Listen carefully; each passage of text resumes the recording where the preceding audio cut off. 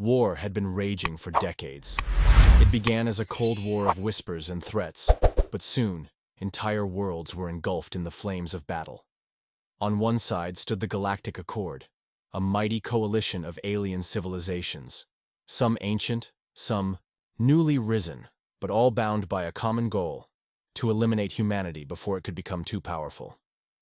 The Accord had seen this pattern before. New species would emerge, ambitious and eager to carve their place among the stars. Some were aggressive, others diplomatic, but all eventually learned to submit to the existing order. The Accord had kept the galaxy in check for millennia, enforcing their dominance through treaties, coercion, and, when necessary, total war. To them, humanity was no different, just another primitive species that had evolved too quickly, spread too far, and refused to accept the limits imposed upon it. They believed Earth's rapid expansion was reckless, that humans lacked the wisdom to wield interstellar power responsibly. So, they decided to put an end to it. At first, their strategy worked. The Accord was vast, composed of over 20 interstellar empires, each contributing warships, troops, and technology to the cause. Their fleets dwarfed anything humanity could muster. Massive dreadnoughts, titanic carriers, and entire battle formations designed to annihilate planets in a single assault. Their mastery of the hyperlanes allowed them to cut off human supply chains, severing colonies from their homeworld like limbs from a body. They launched devastating attacks on human-occupied worlds, burning them to ash in swift, calculated strikes. Dozens of colonies fell. Millions perished in orbital bombardments that turned entire planets into wastelands. The Accord's generals believed victory was inevitable, a matter of time. But then, something unexpected happened. Despite the overwhelming odds, humanity refused to break. They fought back with a ferocity the Accord had never seen before. Every time a colony was destroyed, resistance cells would emerge from the ruins, harassing enemy forces with guerrilla tactics. Every fleet lost was replaced by a stronger, deadlier one, faster than anyone thought possible. Earth's military wasn't just fighting with technology, they were fighting with something far more dangerous: adaptability. The Accord had encountered formidable opponents in the past, but none that evolved as quickly as humans. Each battle taught them something new. Each loss pushed them to innovate, to rethink their strategies, to turn weaknesses into strengths. And then there was their will to fight. Unlike many alien species, who saw war as an honor-bound duty, or a necessary evil, humans treated survival as an absolute imperative. Their history was filled with wars fought against impossible odds. Wars where they should have been wiped out, but instead emerged stronger. Earth had never known peace without struggle, and this war was no different. It wasn't just soldiers fighting on the front lines. It was scientists, engineers, AI strategists, and entire planets mobilized in a war of total survival. Every battle, every setback, every moment of despair only fueled their determination. And that's when the tide began to turn. The Accord believed that controlling key hyperlanes would strangle humanity into submission. But the humans didn't fight the way the Accord expected. They didn't rely on brute force. Instead, they struck from the shadows, hacking enemy communication systems, sabotaging supply lines, and using advanced AI-driven warships that operated independently. Their ships were faster, more maneuverable, and equipped with weapons the galaxy had never seen before. Then came the Omega Draconis campaign. The Omega Draconis system was the key to the war. 5 major hyperlanes intersected there, making it the most strategic point in the sector. Whoever controlled Omega Draconis controlled the flow of fleets, reinforcements, and supplies for the entire region. If humanity lost it, the war would be over. The Accord knew this. So they deployed their strongest fleet yet, the 72nd Grand Armada.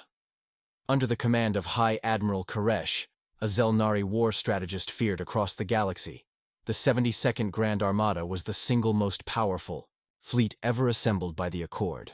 Over 10,000 warships filled the system, including planetary-class dreadnoughts armed with weapons that could reduce a moon to rubble in minutes. Koresh was no fool. He had studied humanity's tactics, their unorthodox ways of fighting, their refusal to engage in conventional battles. He was ready, or so he thought. What happened next would go down in history as the most shocking ambush in interstellar warfare. Because humanity wasn't just fighting for Omega Draconis. They were setting a trap. Using a combination of cloaked warships, experimental AI-driven battleships, and a terrifying new weapon that defied conventional physics, Earth's forces had planned something beyond mere strategy. The battle that followed wouldn't just change the course of the war. It would shatter the very foundation of the Galactic Accord itself. The ambush at Omega Draconis. The Omega Draconis system was the linchpin of the Galactic Accord's war strategy. Positioned at the crossroads of 5 hyperlanes, it was a critical supply and reinforcement hub for the Accord's forces. Losing it was not an option. The Accord believed that by stationing their most formidable fleet here, the 72nd Grand Armada, they had rendered the system impenetrable. They thought that no fleet, no force in the galaxy could stand against their overwhelming firepower. They were wrong.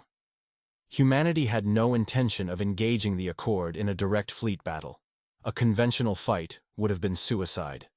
The 72nd Grand Armada consisted of 10,000 warships, among them dreadnoughts the size of cities, carriers capable of deploying entire planetary invasion forces, and cruiser squadrons armed with weapons that could tear through the hulls of capital ships in seconds. The Accord was so confident in their dominance that they didn't even consider the possibility of a full-scale human attack. To them, humanity was desperate, struggling just to hold its remaining territories together.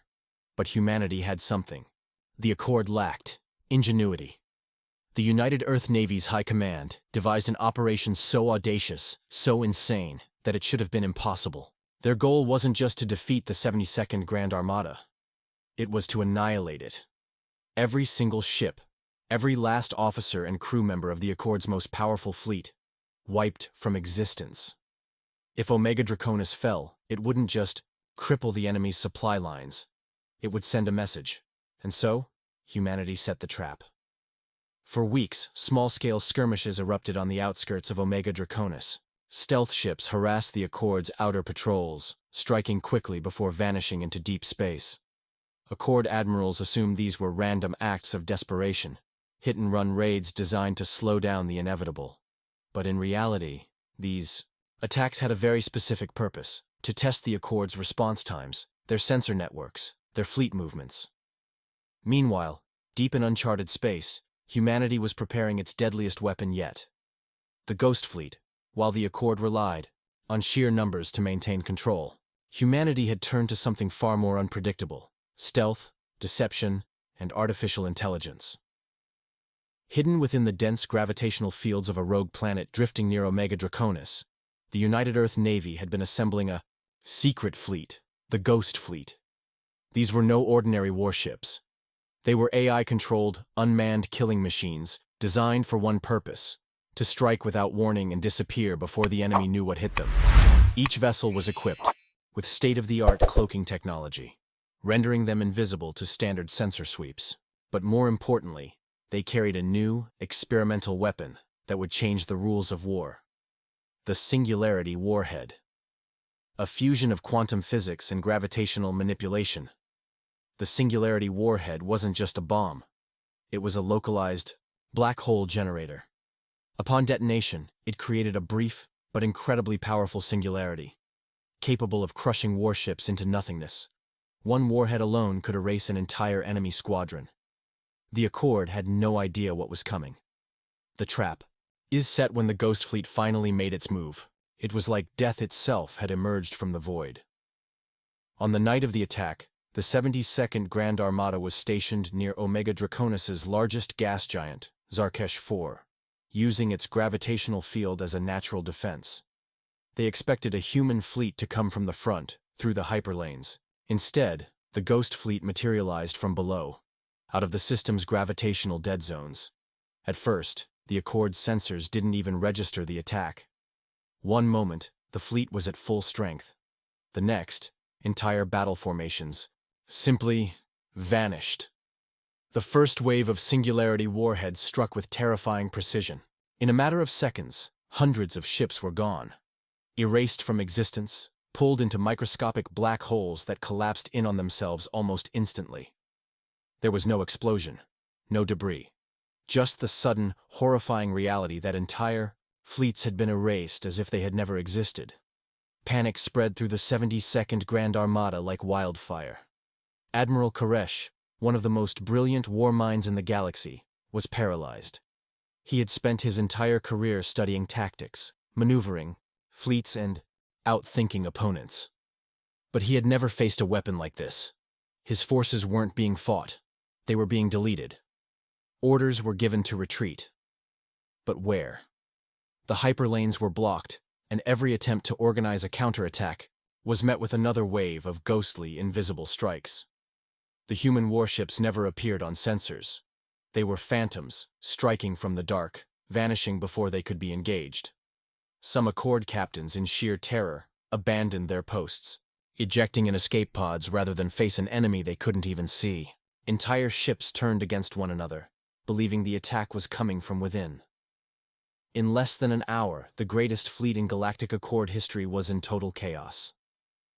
Then, the final blow came. The end of the 72nd Grand Armada. Humanity had saved its most devastating strike for last.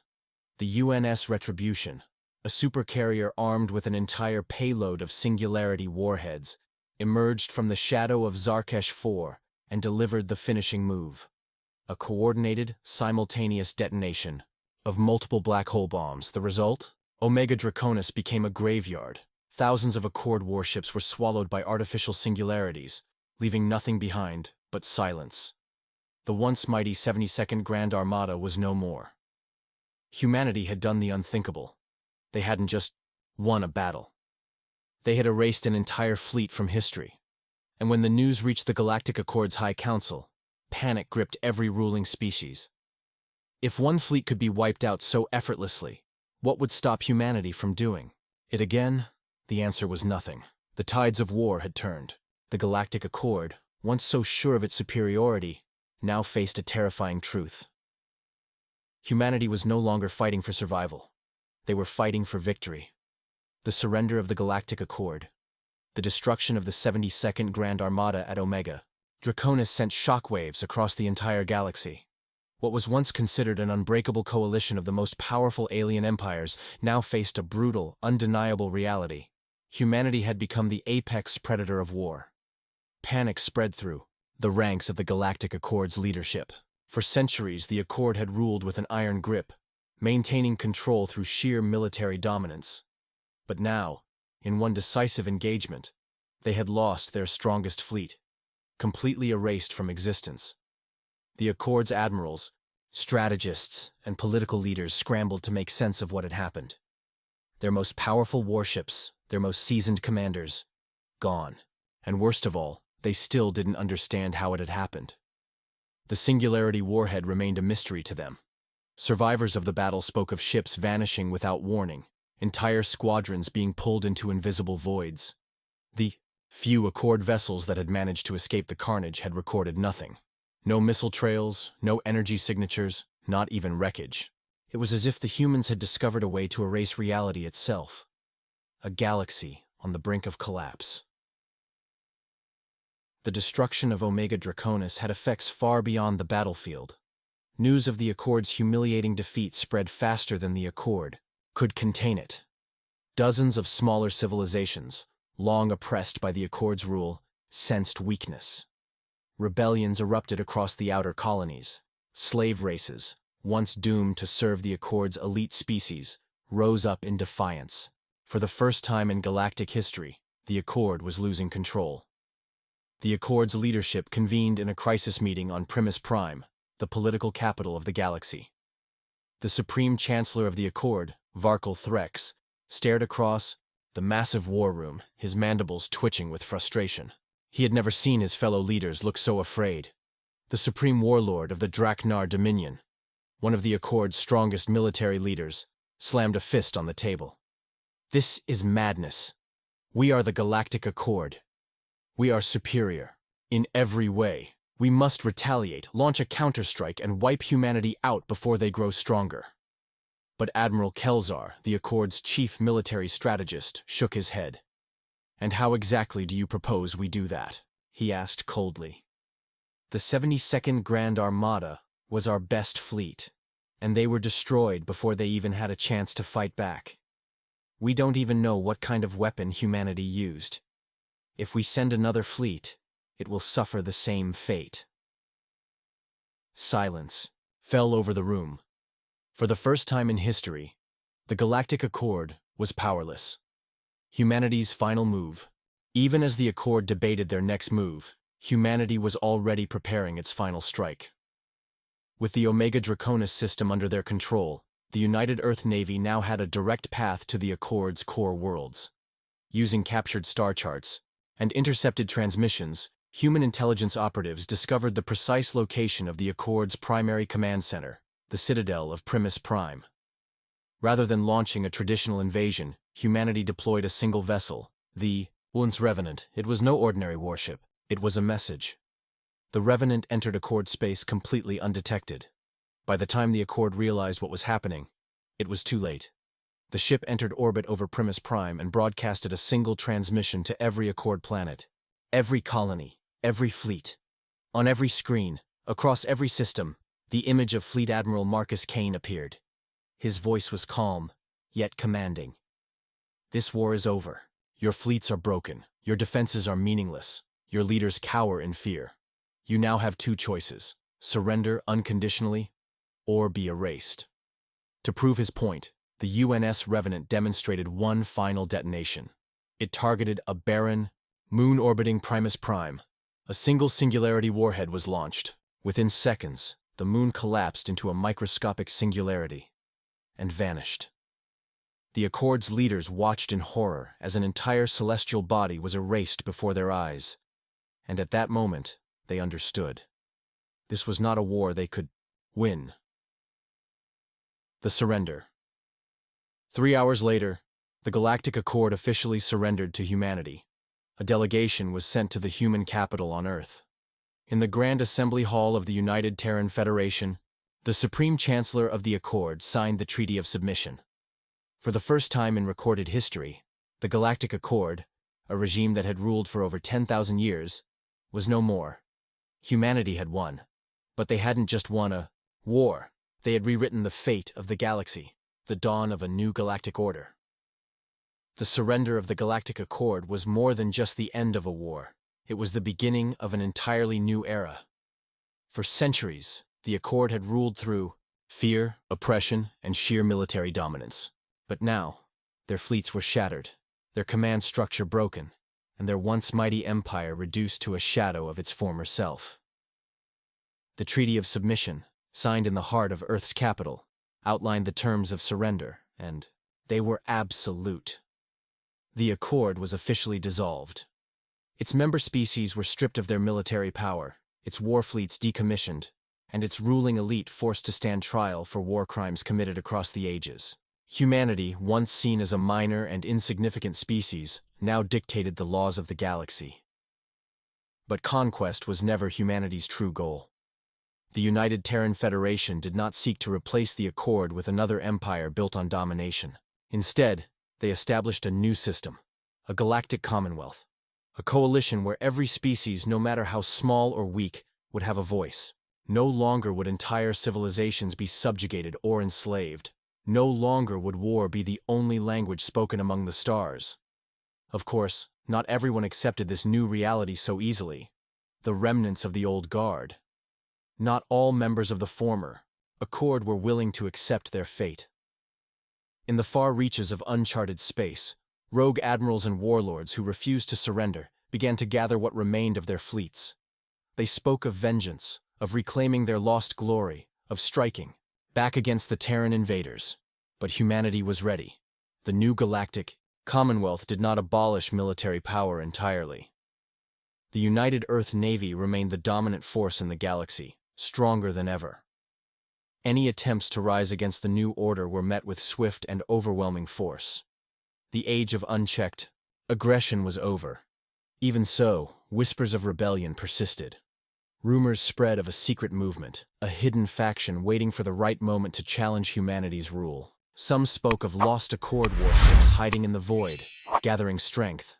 Others claimed that a new empire was forming in the shadows, one that sought to reignite the flames of war. Humanity had won the greatest war in galactic history. But was peace truly guaranteed? A galaxy forever changed. For now, the galaxy stood on the precipice of a new future. Where once the stars had been ruled by fear and oppression, now they shone with the promise of something greater. Worlds that had been enslaved for millennia were finally free. Species that had once cowered in the shadows now had the chance to thrive. The Galactic Commonwealth was not perfect, nor was it free of conflict, but it was built on a foundation of unity rather than domination. And at the center of it all was humanity. They had defied the odds, shattered the chains of oppression, and forged a new destiny among the stars. But the galaxy is vast, and history is written by those who dare to shape it. Would humanity remain the architects of peace? Or would new challengers rise from the void? Only time would tell.